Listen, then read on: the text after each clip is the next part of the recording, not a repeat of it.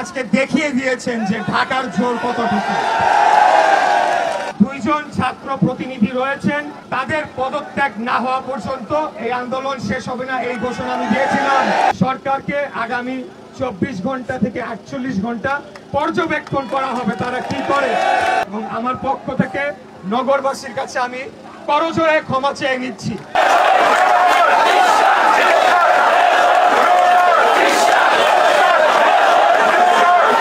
আপনারা স্বপ্রণোদিত হয়ে ঢাকাবাসী একযোগে নেমে এসে আজকে দেখিয়ে দিয়েছেন যে ঢাকার জোর কতটুকু।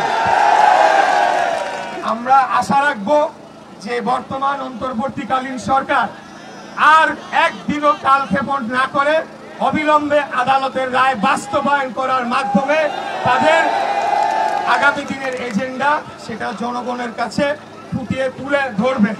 আমাদের নির্দেশনা এরকম যে আজকে যেহেতু আমরা রায়টি পেয়েছি, আমরা এটি নিয়ে কাজ চলছে। যদি আবারও টাল বাহানা করে এই সরকার আবারও কালক্ষেপণ করে, তাহলে কালকে সকালেই আবার আমরা এখানে এসে ঘেরাও দিব।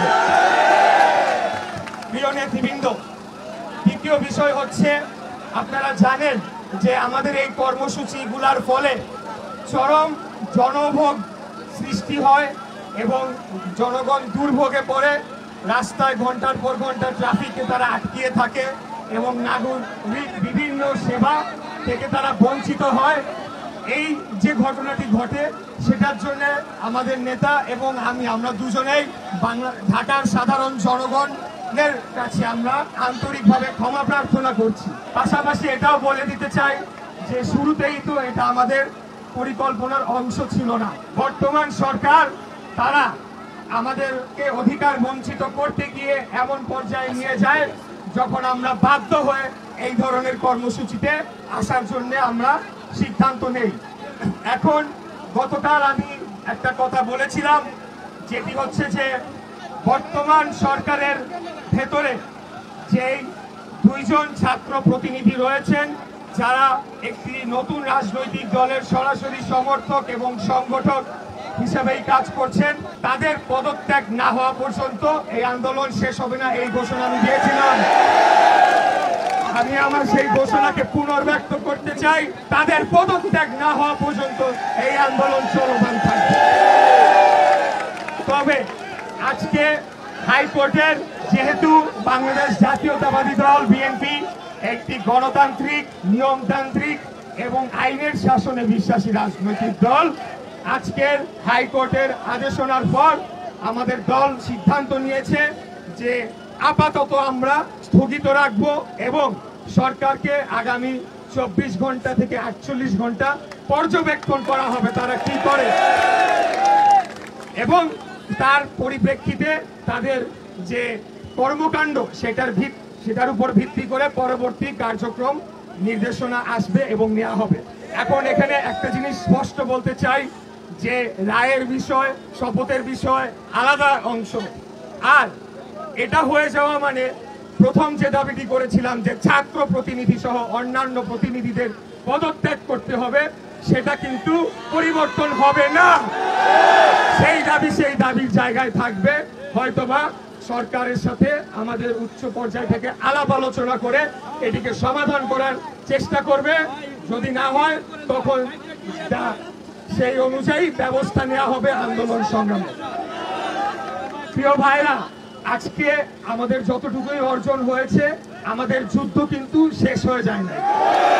আমরা ছোট ছোট ধাপে একটা একটা করে ধাপ পার হয়ে আমরা আমাদের চূড়ান্ত লক্ষ্যের দিকে অগ্রসর হচ্ছি, এবং এই কাজ করতে গিয়ে সম্পূর্ণ শতভাগ কৃতিত্ব যদি দিতে হয় তাহলে আমাদের তৃণমূলের বিএনপি এবং সকল অঙ্গ সহযোগী সংগঠনের যারা নেতা কর্মীরা রয়েছেন তাদেরকে সর্বোচ্চ কৃতিত্বটা দিতে হবে। তারা যে পরিমাণ কষ্ট করে এই আন্দোলনটিকে সংগঠিত করেছে, যেই আন্দোলনে ঢাকাবাসী স্বতঃস্ফূর্তভাবে তারা নেমে এসে যোগদান করে এই সরকারকে বাধ্য করেছে তাদের জায়গা থেকে সরে আসে। আমরা যেটা ইতিমধ্যেই বলেছি যে যে জনদুর্ভোগ সৃষ্টি হয়েছে, রাস্তাঘাট চলাচল সহ নগর ভবনে যে সেবা কাজ কিছুটা ব্যাহত হয়েছে, সেটার জন্য আমাদের নেতা দেশনায়ক জনাব তারেক রহমানের পক্ষ থেকে এবং আমার পক্ষ থেকে নগরবাসীর কাছে আমি করজোড়ে ক্ষমা চেয়ে নিচ্ছি।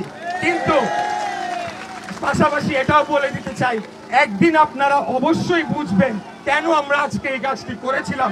যেদিন গণতন্ত্র পুনঃপ্রতিষ্ঠা পাবে সেদিন আপনারা হয়তো বা বুঝতে পারবেন। তো প্রিয় নেতৃবৃন্দ, এখন আর বক্তব্য দীর্ঘায়িতর কিছু নাই।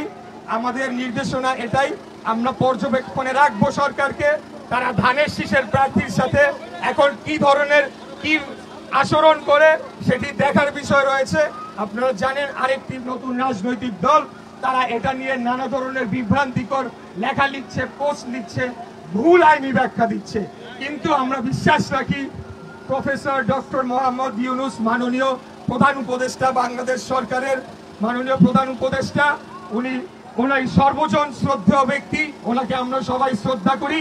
আমার নেতা দেশনায়ক জনাব তারেক রহমান বিশেষত আমাকে বলে দিয়েছেন তুমি ওনার কথা বলবে। ওনাকে শ্রদ্ধা জানিয়ে আমরা বলতে চাই, আপনার আশেপাশে এই যে কুলাঙ্গাররা রয়েছে তাদেরকে এবং তাদেরকে আপনি অপসারণ করে একটি পূর্ণাঙ্গভাবে একটা নিরপেক্ষ অন্তর্বর্তীকালীন সরকার গঠন করেন, যার অধীনে নির্বাচন হবে এবং অনতি বিলম্বে একটা নির্বাচনের তারিখ ঘোষণা জনগণ, বাংলাদেশের জনগণ দেখতে চায়, শুনতে চায়, এটা আমি মনে করি। তো এই আর বক্তব্য দিব না, আপনাদের প্রতি পরবর্তী নির্দেশনা আসবে। আজকের বিজয় যদি সরকার ঠিক মতো বাস্তবায়ন করে, আমি কিচ্ছু হই নাই, মেয়র হয়েছেন আপনারা, বাংলাদেশের ঢাকার জনগণ, প্রত্যেকটি মানুষ যারা ঝড় বৃষ্টি বাদলার মধ্যে ঘন্টার পর ঘন্টা রাস্তায় বসেছিলেন, সারা রাত আপনারা বসেছিলেন। আপনাদের এই যে পরিশ্রমী নেতারা দুই পাশে আমার রয়েছে, কার নাম রেখে কার নাম বলবো, সবার নামই বলতে হয়, তাই কারোর নামই বললাম না। আপনাদের বিষয় এটা, অতএব আপনারা এটাকে সেভাবে দেখবেন এবং নিশ্চিত করবেন আপনাদের আমাদের অধিকারের সাথে যাতে আর কোনোদিন কোনো ধরনের জবরদস্তি করা না হয়। এই বলে আমার বক্তব্য শেষ করছি। খোদা হাফেজ। বাংলাদেশ জিন্দাবাদ, বাংলাদেশ জাতীয়তাবাদী দল জিন্দাবাদ, শহীদ রাষ্ট্রপতি জিয়া রহমান, দেশনেত্রী বেগম খালেদা জিয়া জিন্দাবাদ।